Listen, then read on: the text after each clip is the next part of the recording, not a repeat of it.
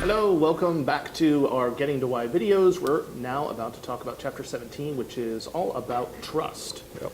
JB, you're very passionate about this topic. You came up with the concept of trust as a three-legged stool, and the three legs are? Communication, cooperation, and understanding. Trust does not exist by itself. You don't just trust I someone. grew up with a family that said that basically taught me to trust people until they teach me not to. Okay, I still like to begin conversations, relationships that way. I trust people until they teach me not to. The development of trust and the stability of trust comes from the communication, cooperation, understanding legs that support the three-legged stool. So if any of those three legs are bent, spindled, or mutilated, or missing, then trust collapses. It's a two-legged stool or a one-legged stool, it's gone. In the past year or two or three, I've added one more component just below the trust seat, okay? And it's called accountability. Okay. So that being accountable for the elements of communication, cooperation, understanding helps to give a support to the trust concept. Right. It's like a blanket underneath the saddle on a horse. It's that adds somewhat of a positive cushion. It is one of the most difficult things to construct and the easiest thing to destroy in relationships. And it's also internalized, because if you listen to children or young adults or maybe older adults, they'll give you verbal hints such as, well, I don't trust myself to do that. When that and if you're a good manager, if you're a good leader, if you're a good spouse, parent, or whatever, listening for that clue, it's a cue, that when the person says, I don't trust myself, or I don't understand how to do that, communication, cooperation, understanding, is that they're telling you that the legs are missing here. Right. So instead of just arbitrarily saying, oh, you'll be fine. Right. Okay. It bothers me a lot when people just dismiss those cues that the person needs help in constructing and supporting that sense of internalized trust. Because it also means I am afraid of failure, and I feel it coming on, and I don't know how I'm going to make this thing happen, make it work. So part of the process of breaking that down in the workbook area, we're asking you to take a look at who are some of the people or situations that you are struggling in the world of trust. Right. Okay.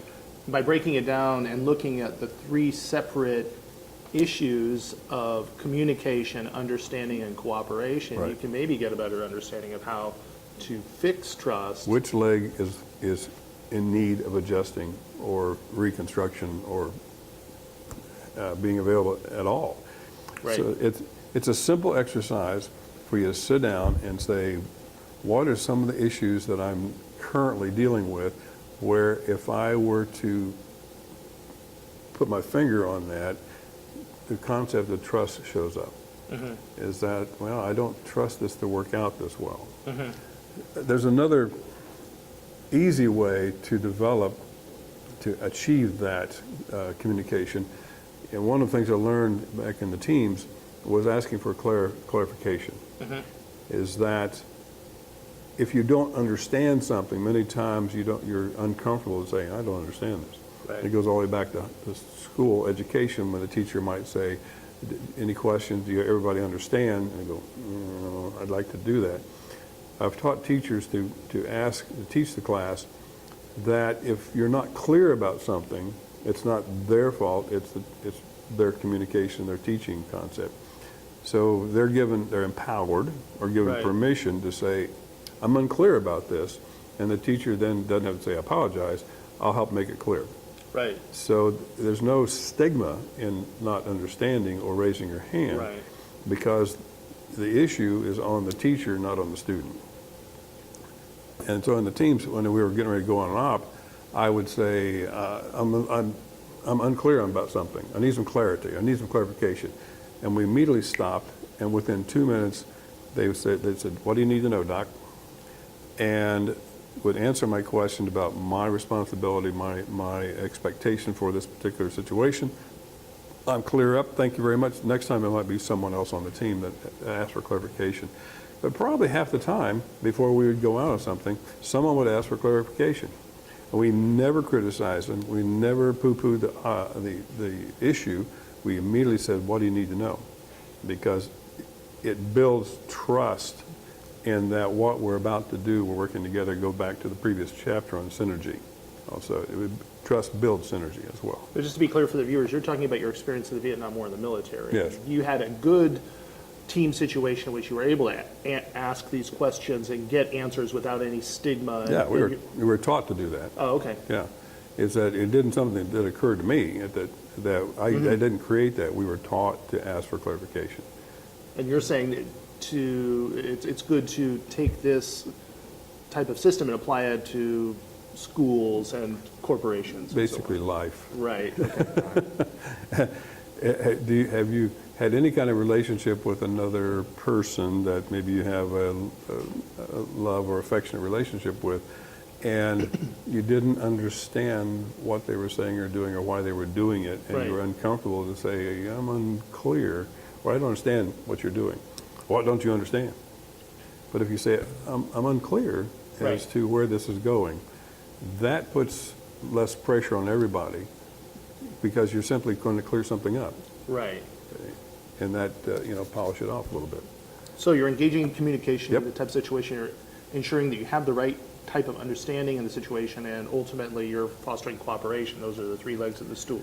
Yeah, and it is something that I pound on when I'm working with corporations and organizations, because it fails between departments sometimes.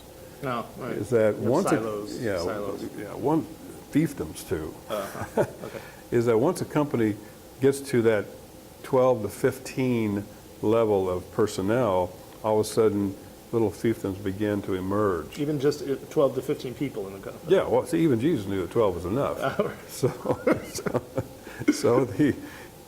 As it grows, and entrepreneurs are really struggling with this, because they can get their hands and arms around a small group. Right. But as they hit that 12, 13, 14, 15, 16 employee area, all of a sudden they can't reach all that. Right. Communication begins to break down a little bit. Cooperation begins. There's challenges, and why are we doing those kind of things? The lack of clarity begins to show up. Accountability, again, is that what we call loser's elbow. Well, it's that department, that group, and that person, that kind of situation. And so I think that is probably the number one focus I work on in communication and training, is who do you trust and why? Who do you not trust and why? That who could be a person, or it could be a department, it could be a vendor, it could be a client, okay? And more personally, it could be a spouse or a child. So you can have these multiple relationships in which an improvement of trust is required, and you can use this workbook page. These are all downloadable for free on gettingtowhy.com, and you can use this as a worksheet, a simple but effective worksheet, to look at different relationships. Say, why is trust not here? Yeah. Why is it not present? Pay attention to your subconscious too, because if you're not comfortable with something, it's probably because your subconscious has captured that discomfort and is trying to feed you some information or data that we need to stop, call time out and say, why do I feel uncomfortable with that? So probably one of the legs is getting a little weakened communication. Where is it? So taking a simple exercise, what is the issue? I don't always call it a problem, okay? Because if I ask you, well, Matt, what's the problem? Usually there's only two responses to that. Number one, I don't have a problem. Number two, it's you. Okay, it's me. And so is there an issue with this? That's a less confrontational type of question. It's easier to respond to. And so as your subconscious is pumping out these discomforts, sit down and go through this issue, break it down, identify which leg needs some attention, and then go back to ask for clarity again. Okay. What's going on? All right? Makes a lot of sense. I think we covered that chapter, and I agree. all right. That's good. So we'll see you in the video for chapter 18. All right.